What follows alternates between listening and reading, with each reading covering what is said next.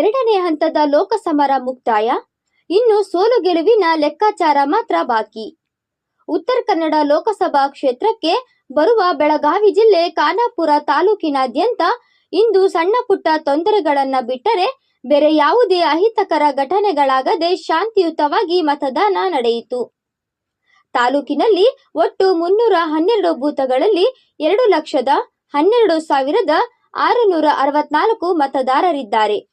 ಇದರಲ್ಲಿ ಪುರುಷರು 1,09,732, ಮಹಿಳೆಯರು 1,02,922, ಇತರೆ 10 ಇದ್ದಾರೆ.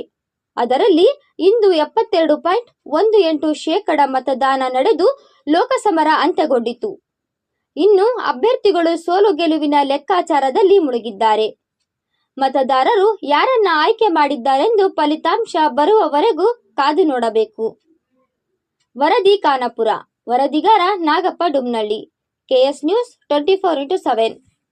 ಗ್ರಹಚಾರ ದೋಷ, ಆರ್ಥಿಕ ಅಡಚಣೆ, ವ್ಯಾಪಾರದಲ್ಲಿ ನಷ್ಟ, ನಿರುದ್ಯೋಗ, ಸಾಂಸಾರಿಕ ವಿರಸ, ಸ್ತ್ರೀ ಪ್ರೇಮ, ವಶೀಕರಣ, ಬೆಂಬಿಡದ ರೋಗ ರುಜಿನಗಳು, ವಿದೇಶ ಪ್ರಯಾಣ, ಸಕಲ ಸಂಪತ್ತಿದ್ದರೂ ಮನಃಶಾಂತಿಗೆ ಕೊರತೆ, ಹೀಗೆ ಸಮಸ್ಯೆಗಳು ಯಾವುದೇ ಇರಲಿ ಪರಿಹಾರ